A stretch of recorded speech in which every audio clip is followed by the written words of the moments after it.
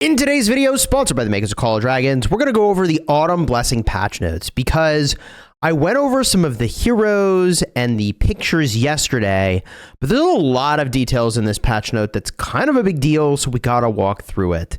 So we saw yesterday they're adding Ruby, who I think is going to be very strong, Marksman PvP Precision on the Wheel of Destiny and Lucky Spins, and Kaelin, Marksman Garrison Support, Wheel of Destiny, Strongest Lord. Great. These heroes can be previewed in-game starting December 1st.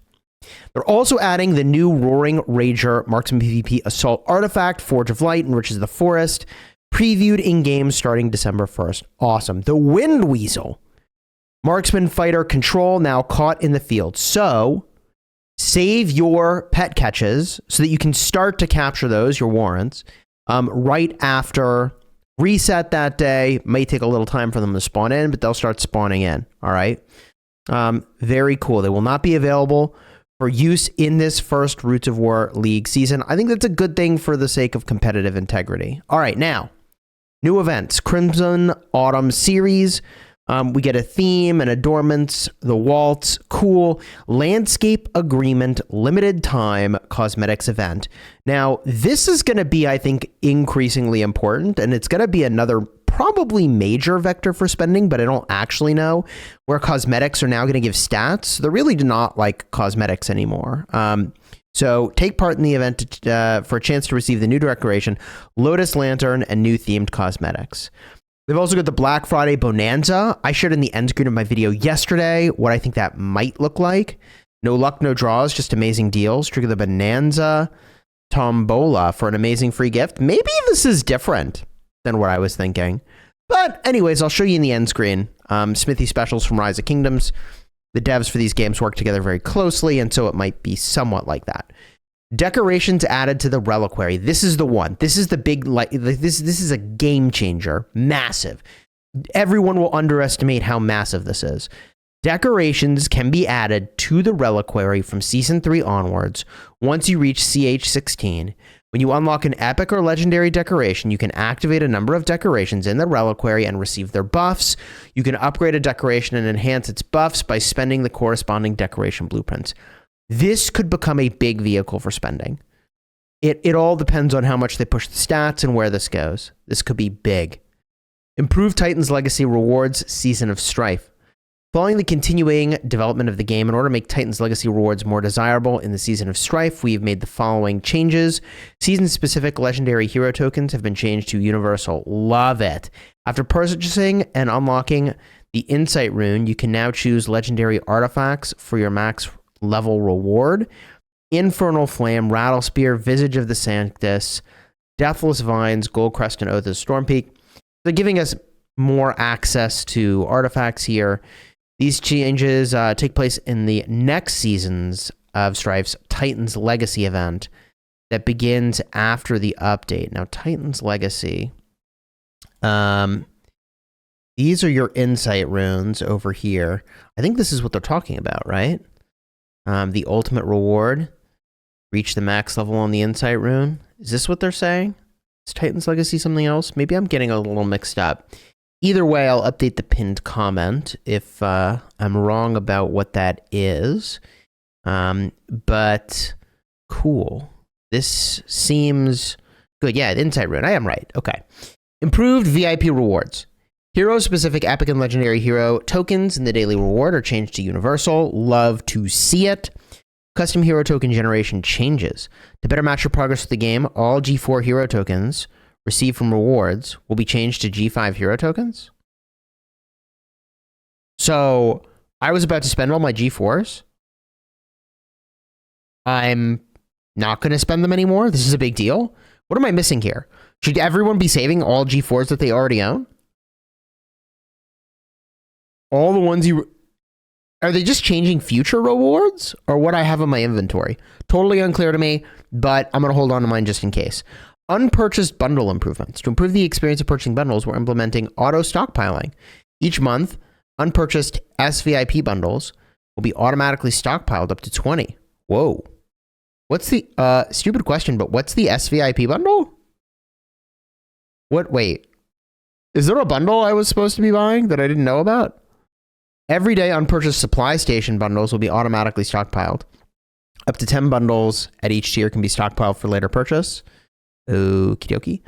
Season improvements. Hopefully they also have a backtrack on this, where if you haven't bought these and you want to, they'll be already stockpiled for you. Would be nice. Season improvements. Okay. Improved artifact selection for season artifact compendiums. We've adjusted the draw chances for Enduring Conquer and Anointed season artifact compendiums, giving players who perform particularly well better chances to draw their desired artifacts. Now all 3 grades have an equal chance to draw their desired artifact. That's nice. Number of desired artifacts can be they can be selected as changed from Enduring 2, Conquering 4, Anointed 6, and wait. And Anointed is 6, Enduring 4, Conqueror. Wait. Oh, this is what they were. Jesus, that was confusing. Okay. It's 2, 4, 6, and it's going to 6, 4, 2? Okay. I guess when you have fewer selected, that's actually better because you're more likely to get what you want. Is that what's happening? As all grades of the compendium have the same draw chance for the desired artifacts, reducing the number of artifacts that can be selected increases the chances of drawing it. Okay, yes, that's exactly what it is. In other words, the higher your grade, the higher chances of getting the one you actually wanted. All 3 grades of the Season Artifact Compendium now have an additional guarantee. You will receive 1 desired artifact within 20 draws. These changes now take effect. Okay, cool. In the following season. All right. Was it the following season? In the next season summary following the update. All right, that's a little more. I should be more precise. Improved Token Exchange Store. The Token Exchange Store is no longer separated by tiers. The item amounts that were originally unlocked by reaching Anointed, the highest season grade, can now be unlocked by reaching Enduring, the lowest season grade. These changes will take effect in the next season summary. Improved Season Store. New exchange item Amber Key has been added to the store. Amber Keys can be used to open the Enduring, Conquer, and Anointed artifact compendiums. Okay. Improved Augerstone. The difficulty of Season 1 Augerstone stage, A Date with Destiny, has been reduced. Now requires at least 3 alliances with 70 members to by the end of the countdown. Improved Recovery Vouchers. The High King cannot issue recovery vouchers between the beginning of the Brinken War and day 21 of the new season. Okay, is that a vacation ticket? Is that what that is? Improved early season events. To enhance your combat experience in Brink of War, the order of Phase 2 and Phase 3 have been switched. Oh yeah, that's a W. That is, I think, good. Like, the troop training now happens at the end. That's the exciting part. So there's some excitement at the end. Great. If you attempt to migrate while your realm is in the first 21 days of a season, migration permit cost will be increased by 50%. I think they should increase it by 350%, but sure. I mean, people that roach out at the start of a season, I just think it shouldn't even be allowed. I just think you shouldn't even be able to do it. You know what? They can just quit the game.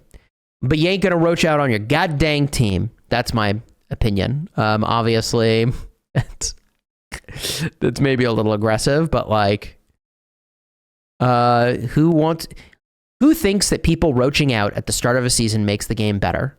Oh wait, nobody thinks that. Only people that are trying to go somewhere and roach out of their situation think that. Here's my perspective, okay?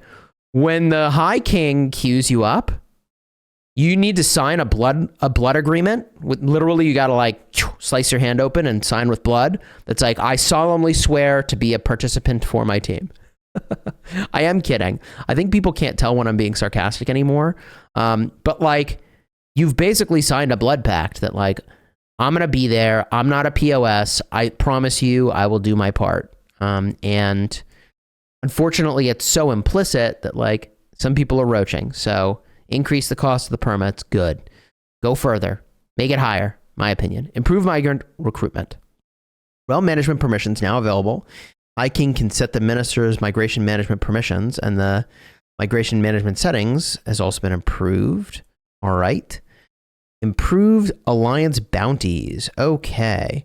So there's new quest setting options, new options for unit type and level requirements, Bounty reward allocations, rewards for merit bounties, death bounties, resource healing bounties will be allocated according to the alliance's management settings. The higher the unit level, the greater the rewards. To encourage alliances to develop and grow, increase the allocation of rewards for building and construction and removal bounties. Change the mechanics for obtaining battle supplies in order to make obtaining resources fairer. When alliance members contribute to battle supplies through daily activities, the base chance that they will produce mana is now linked to the amount of merits the contributing member has gained over seasons. Ooh, the more merits, the higher the chance they produce mana. Interesting. Improve priority list includes a feature such as member search, bulk removal, enable or disable permissions. Great. Rank preset. Thank God. When a rank is disabled, members of that rank will no longer be able to make the use of the priority list. Players who migrate to another server will be removed from a priority list. That is beyond logical. Improved ownership transfer notifications. All right. So I guess I am interested in reading this. The content of notifications, mail, and alliance log entries for ownership of transfer of passes, spires, and behemoths and layers between alliances and a warband has been improved to make them distinct from when ownership is taken by force. Oh, that's nice. So, like, when you're trading with someone who's from your own war camp versus, like, guys, somebody took this. All right. Improved rankings display. Added merit source filters to alliance settings. All right. Oh, here we go. Improved artifact controls. Added the new strategic map, artifact skill, quick casting. Thank God. I would love to actually control kind of where my artifacts are going when I'm in dot mode, but, you know, the strategic view. But it zooms you in, and then you start lagging or like loading in that stuff, and it's like, oh my God, like please, I'm just trying to use. Forget it. I'll just go on autocast, right? That's the mindset. So the ability to do it like this is a huge W. Automatically select a target and cast the skill instead of zooming back in. Big W. They've improved battle reports. Cool. Improved the spire display. Other improvements. Cosmetic system. Okay. Added relocation effect. Battle card, report card, profile tabs. Obtained from the SVIP store. New cosmetics. Improved breaking through rewards. That's nice. Change rewards for breaking through. Personal rewards can be claimed twice. Previously 3 times. Okay, that sounds worse. The number of tokens gained by reaching the highest personal tiers may increase from 1 to 2.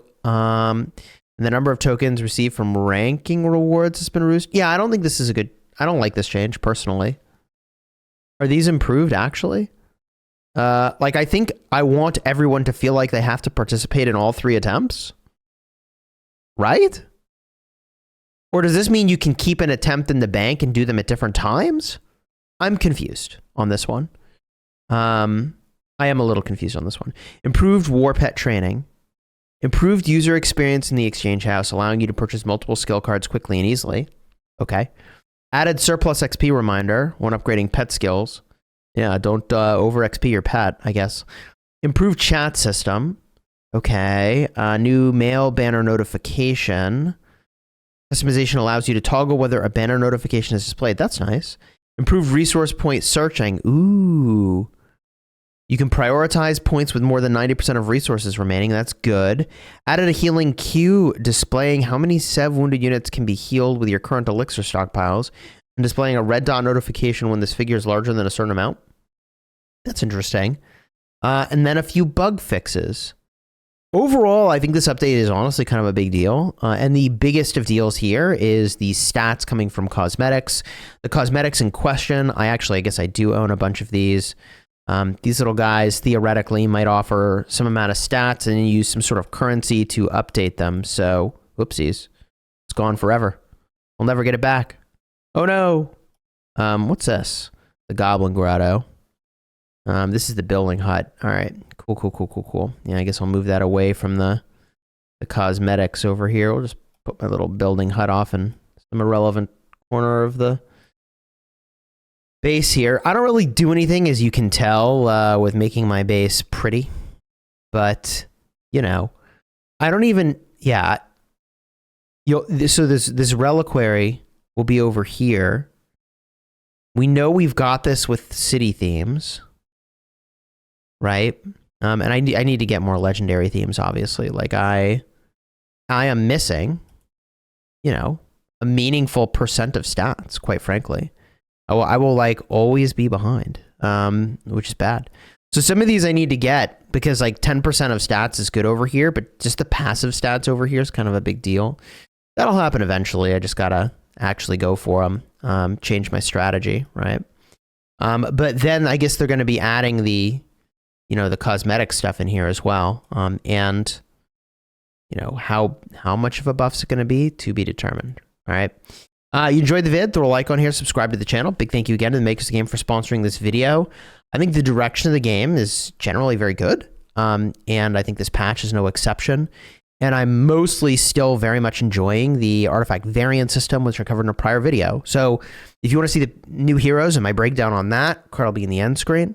If you want to see my breakdown on how these work over here, these artifact variants, pretty cool addition to the game. Check the card over there. Until next time, you have fun smashing your enemies. Take care, everybody.